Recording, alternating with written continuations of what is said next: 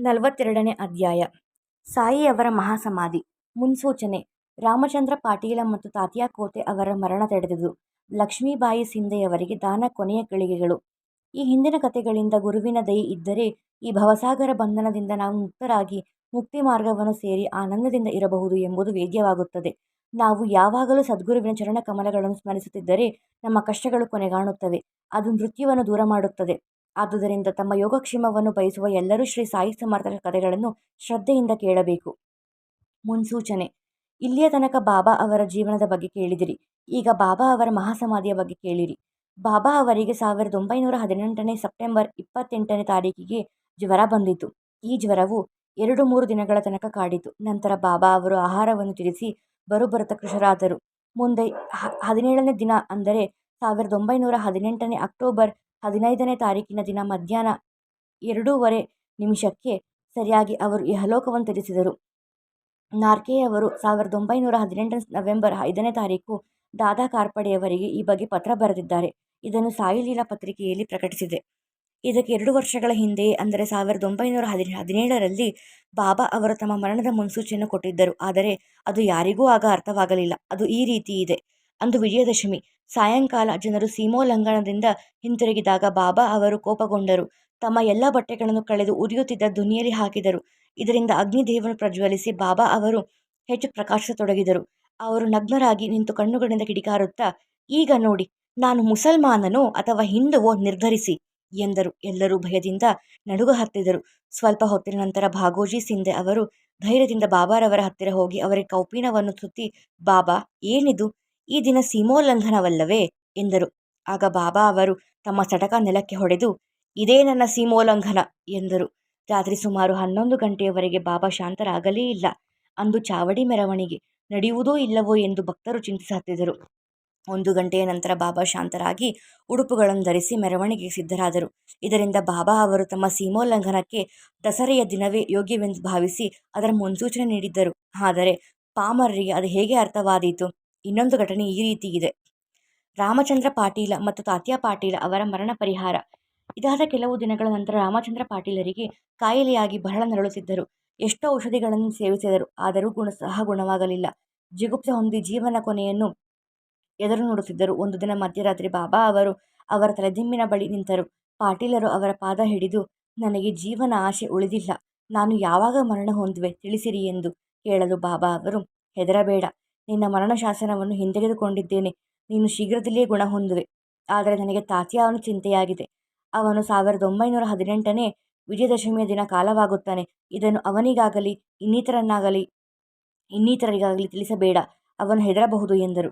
ರಾಮಚಂದ್ರ ಪಾಟೀಲರು ಗುಣಮುಖರಾದರು. ಆದರೆ ತಾತ್ಯಾ ಪಾಟೀಲರು ಇನ್ನೆರಡು ವರ್ಷಗಳಲ್ಲಿ ಸಾಯುತ್ತಾರೆ ಎಂದು ರಾಮಚಂದ್ರ ಚಿಂತಿಸಹತ್ತಿದರು. ಅವರು ಈ ವಿಷಯವನ್ನು ಬಾಳಶಿಂಪಿಯವರ ಹೊರತಾಗಿ ಬೇರೆ ಯಾರಿಗೂ ತಿಳಿಸಿರಲಿಲ್ಲ. ತಾತ್ಯಾ ಅವರ ಸಾವಿನ ಬಗ್ಗೆ ಇಬ್ಬರು ಹೆದರಿಕೆಯಿಂದ ಇದ್ದರು. ರಾಮಚಂದ್ರ ಪಾಟೀಲ ಸಂಪೂರ್ಣವಾಗಿ ಗುಣ ಹೊಂದಿದರು. ಕಾಲವು ಬೇಗನೆ ಉರುಳಿತು. 1918 ದಸರಾ ದಿನಗಳು ಸಮೀಪಿಸಿದವು.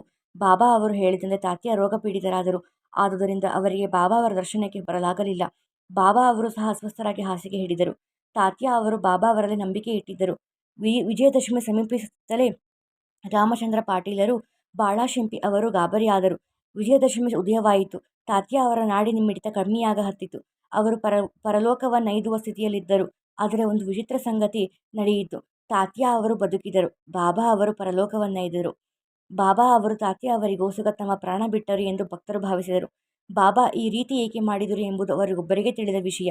ತಮ್ಮ ಮರಣದ ಬಗ್ಗೆ ತಮ್ಮ ಹೆಸರಿಗೆ ಬದಲಾಗಿ ತಾತ್ಯಾ ಅವರ ಹೆಸರನ್ನು ಸೂಚಿಸಿ ಈ ಹಿಂದೆಯೇ ಬಾಬಾ ಮುನ್ಸೂಚನೆ ಕೊಟ್ಟಿದ್ದರೆಂದು ಕಂಡುಬರುತ್ತದೆ. ಮರುದಿನ 18ನೇ ಅಕ್ಟೋಬರ್ದಂದು ಬಾಬಾ ಅವರು ಪಂಢರಾಪುರದಲ್ಲಿದ್ದ ದಾಸಗಣು ಅವರಿಗೆ ಕನಸಿನಲ್ಲಿ ಕಾಣಿಸಿಕೊಂಡು, ಮಸೀದಿಯು ಉರುಳಿತು. ಶಿರಡಿಯ ಗಾನಿಗರು ಮತ್ತು ಇತರರು ನನ್ನನ್ನು ಕಾಡತೊಡಗಿದರು. ಆದುದರಿಂದ ನಾನು ಆ ಜಾಗ ಬಿಟ್ಟು ಇಲ್ಲಿಗೆ ಬಂದಿರುತ್ತೇನೆ.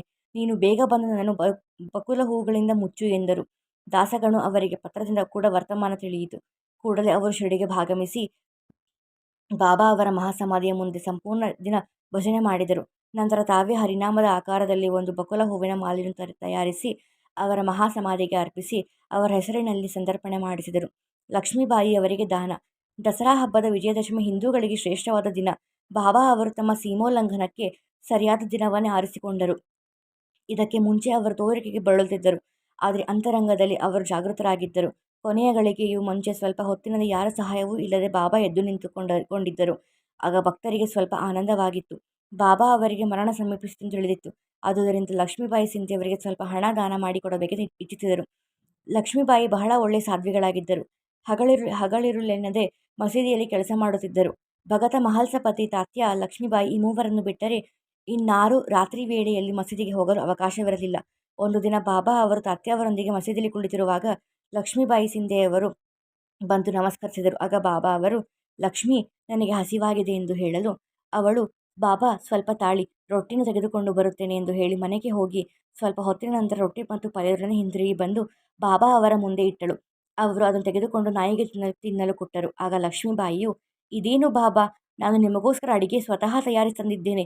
ನೀವು ಒಂದು ಚೂರು ಸಹ ತಿನ್ನದೆ ನಾಯಿಗೆ ಕೊಡುತ್ತಿದ್ದೀರಲ್ಲ, ನನಗೆ ವೃಥಾ ತೊಂದರೆ ಕೊಟ್ಟಿರಿ ಎಂದರು. ಆಗ ಬಾಬಾ ಅವರು, ಏತಕ್ಕೆ ಚಿಂತಿಸುವೆ? ಆ ನಾಯಿಯ ಹಸಿವನ್ನು ಹಿಂಗಿಸುವುದು ನಮ್ಮ ಹಸಿವನ್ನು ಹಿಂಗಿಸಿದಂತೆಯೇ. ನಾಯಿಗೂ ಆತ್ಮವಿದೆ. ಜೀವರಾಶಿಗಳು ಬೇರೆ ಬೇರೆಯಾಗಿರಬಹುದು, ಆದರೆ ಹಸಿವು ಮಾತ್ರ ಸಾಮಾನ್ಯವಾದುದು ಅಲ್ಲವೇ? ಕೆಲವು ಪ್ರಾಣಿಗಳು ಮಾತನಾಡಬಲ್ಲವು, ಕೆಲವು ಮಾತನಾಡುವುದಿಲ್ಲ ಅಷ್ಟೇ. ಯಾರು ಹಸಿದವರಿಗೆ ಅನ್ನ ನೀಡುತ್ತಾರೆಯೋ ಅವರು ನನಗೆ ಅನ್ನ ನೀಡಿದಂತೆಯೇ. ಇದು ಸಿದ್ಧಾಂತವೆಂದು ತಿಳಿ ಎಂದು ಹೇಳಿದರು. ಇದು ಕ್ಷುಲ್ಲಕ ವಿಷಯವಾಗಿರಬಹುದು, ಆದರೆ ಆಧ್ಯಾತ್ಮಿಕತೆಯ ನೈಜ ಸ್ವರೂಪವನ್ನು ಯಾರ ಮನಸ್ಸನ್ನು ನೋಯಿಸದೆ ಬಾಬಾ ಕಾರ್ಯಾಚರಣೆ ತೋರಿಸಿದರು. ಅಂದಿನಿಂದ ಲಕ್ಷ್ಮೀಬಾಯಿ ಸಿಂಧೆ ಪ್ರತಿದಿನವೂ ಬಾಬಾ ಅವರಿಗೆ ರೊಟ್ಟಿ, ಹಾಲು ಮತ್ತು ಮೊಸರನ್ನು ಪ್ರೀತಿ ಮತ್ತು ಭಕ್ತಿಗಳಿಂದ ಅರ್ಪಿಸತೊಡಗಿದರು. ಬಾಬಾ ಅವರು ಅದನ್ನು ಸೇವಿಸಿ ಸಂತುಷ್ಟರಾಗುತ್ತಿದ್ದರು. ಉಳಿದುದನ್ನು ರಾಧಾಕೃಷ್ಣಮಾಯಿ ಮತ್ತು ಲಕ್ಷ್ಮೀಬಾಯಿ ಅವರಿಗೆ ತಿರುಗಿ ಕಳುಹಿಸುತ್ತಿದ್ದರು. ಬಾಬಾ ಅವರು ಲಕ್ಷ್ಮೀಬಾಯಿಯವರ ಸೇವೆಯನ್ನು ಜ್ಞಾಪಿಸಿಕೊಂಡರು. ಅವರು ಗತಿಸುವ ಮೊದಲು ತಮ್ಮ ಕಿಸೆಗೆ ಕೈ ಹಾಕಿ ಅವರಿಗೆ ಒಂದು ಸಾರಿ 5 ರೂಪಾಯಿಗಳನ್ನು ಮತ್ತೊಂದು ಸಾರಿ 4 ರೂಪಾಯಿಗಳನ್ನು ಕೊಟ್ಟರು. ಈ ಸಂಖ್ಯೆಯು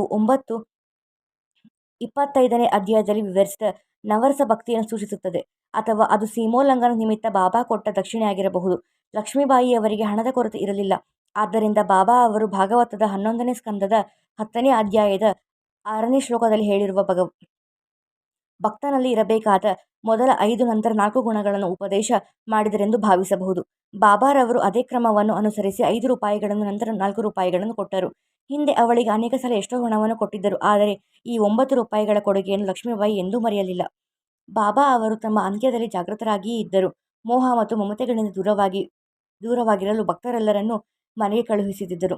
ಕಾಕಾ ಮತ್ತು ಬೂಟಿಯವರು ಮಾತ್ರ ಬಾಬಾ ಅವರ ಹತ್ತಿರ ಇದ್ದರು, ಆದರೆ ಅವರನ್ನು ಸಹ ವಾಡಕ್ಕೆ ಹೋಗಿ ಊಟ ಮಾಡಿಕೊಂಡು ಬರಲು ಕಳುಹಿದರು. ಅವರು ಮನಸ್ಸಿಲ್ಲದ ಬಾಬಾ ಅವರ ಆಜ್ಞೆಯನ್ನು ಪಾಲಿಸಿ ಭಾರವಾದ ಹೃದಯದಿಂದ ಬಾಬಾ ಅವರನ್ನು ಬಿಟ್ಟು ಊಟಕ್ಕೆ ಹೊರಟರು. ಬಾಬಾ ಅವರ ಸ್ಥಿತಿ ಚಿಂತಾಜನಕವಾಗಿದೆ ಎಂದು ತಿಳಿದು ಅವರು ವಾಡಕ್ಕೆ ಬಂದು ಮನಸ್ಸಿಲ್ಲದೆ ಊಟಕ್ಕೆ ಕುಳಿತರು. ಅವರು ಊಟ ಮುಗಿಸುವ ಮೊದಲೇ ಬಾಬಾ ಅವರ ಪರಲೋಕ ಯಾತ್ರೆ ಬೆಳೆಸಿದರು. ಈ ಸಮಾಚಾರ ಮುಟ್ಟಿದೊಡನೆ ಅವರು ಎದ್ದು ಕೈ ತೊಳೆದು ಮಸೀದಿಗೆ ಧಾವಿಸಿದರು. ಬಾಬಾ ಅವರು ಬಾಯ್ಜಾ ಪಾಟೀಲರ ತೊಡೆಯ ಮೇಲೆ ಮಲಗಿದ್ದರು. ಅವರು ನೆರೆಕುರುಳಿ ಅಥವಾ ಹಾಸಿಗೆ ಮೇಲೆ ಒರಗಿಕೊಂಡು ಅಸುನೀಗಲಿಲ್ಲ. ತಮ್ಮ ಆಸನದಲ್ಲಿ ಕುಳಿತು ತಮ್ಮ ಸ್ವಹಸ್ತದಿಂದ ದಾನ ಮಾಡುತ್ತಾ ಮಾನವ ದೇಹವನ್ನು ತ್ಯಜಿಸಿ ಸಮಾಧಿ ಹೊಂದಿದರು. ಸಂತರು ಒಂದು ಧ್ಯೇಯ ಸಾಧನೆಗಾಗಿ ಅವತರಿಸಿ ಆ ಧ್ಯೇಯವನ್ನು ಸಾಧಿಸಿದ ನಂತರ ಹೇಗೆ ಈ ಲೋಕಕ್ಕೆ ಸುಗಮವಾಗಿ ಬಂದರೋ ಹಾಗೆಯೇ ಸುಗಮವಾಗಿ ಹಿಂತಿರುಗಿ ಹೋಗುತ್ತಾರೆ. ಶ್ರೀ ಸಾಯಿ ಪ್ರಣಾಮ. 42ನೇ ಅಧ್ಯಾಯ ಸಂಪೂರ್ಣವಾಯಿತು. ಶ್ರೀ ಸಾಯಿ ಸಮರ್ಥ ಚರಣಗಳ ಸಮರ್ಪಣೆಯಾಗಲಿ. ಸನ್ಮಂಗಳವಾಗಲಿ. ಓಂ ಶ್ರೀ ಸಾಯಿರಾಮ್.